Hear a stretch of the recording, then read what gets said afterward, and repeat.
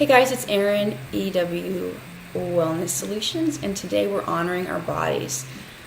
John Mayer wants to help us out. I don't know how I feel about that. I don't know how close I want him to get to me, but he's okay on the Sonos. Anyway, honoring your body. So we're going to take a couple approaches. There's the honoring your body in which we don't overexercise, we don't restrict, we don't binge, we don't have any of those nasty thoughts, how we hate our thighs. We appreciate that our body created babies and what it can do. We don't criticize and say we hate this or we want to change that. We come from a place of, isn't it amazing what my body can do? Sure, it looked different when I was 20, but look at what it's done since then. There's that way we can honor our body.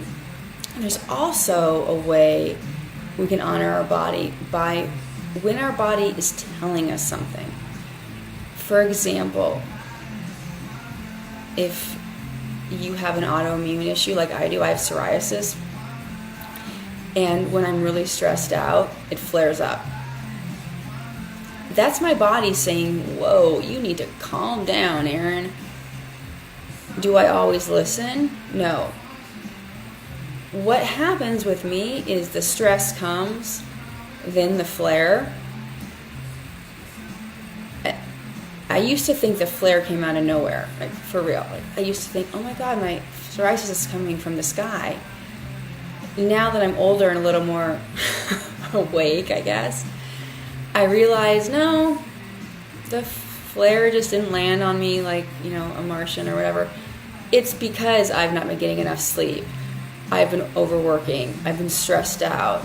I've been eating not enough or whatever it is. That's why, my skin is super itchy and patchy and all this other gross stuff.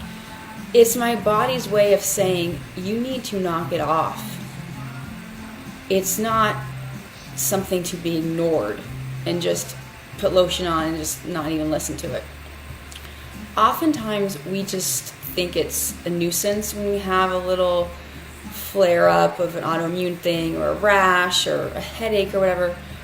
Actually, it can be really good information that our body, which is way more in tune with what's going on than our mind is sometimes, about what we should be doing. How often do we listen to it? How often do we honor how amazing our bodies are with knowing where we should be going, right? Yeah, sure, sometimes we feel anxious about something because it's new. Sure. Sometimes we feel a little bit apprehensive about something amazing. Yeah, of course. If you feel physically ill at the thought of, seeing someone, there's something there. That's not normal. You think you're gonna puke every time you have to see your sister-in-law? That's not just, normal irritation. If we don't listen to the information given to us, it's the same as not being given it at all. And oftentimes we just take Tums and we're so disconnected from our body, which happens a lot when it comes to food, right? We have our feelings and our emotions and all this other stuff. And then we have food, and we think one's going to solve the other, right? When actually we have emotions and we have food supposed to fuel our body, which is cool. It's supposed to be two separate camps. But as far as information our body's telling us and what we should be doing, that connection needs to be much stronger. Because when we have some sort of symptom, headaches, for instance, every time you think about this, you get a headache. Every time you go there, you get a headache. ... Something's going on. Now, what do we do about it? Work this body by Walk the Moon. You need to listen to it. Maybe you can't get out of it.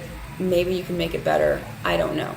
Everyone's different. Everyone's got a different set of circumstances. But what I want to get across is honoring your body is part of self-love, in which we don't just celebrate when we're thin or when we think we used to be pretty. We also listen to our body when it's telling us something. And we don't come from a place of self-hatred when it comes to how we don't look anymore. It's all connected. It's this really cool, like, little magical system we've got going on. Have a really good Friday, you guys, and I'll talk to you later. Bye.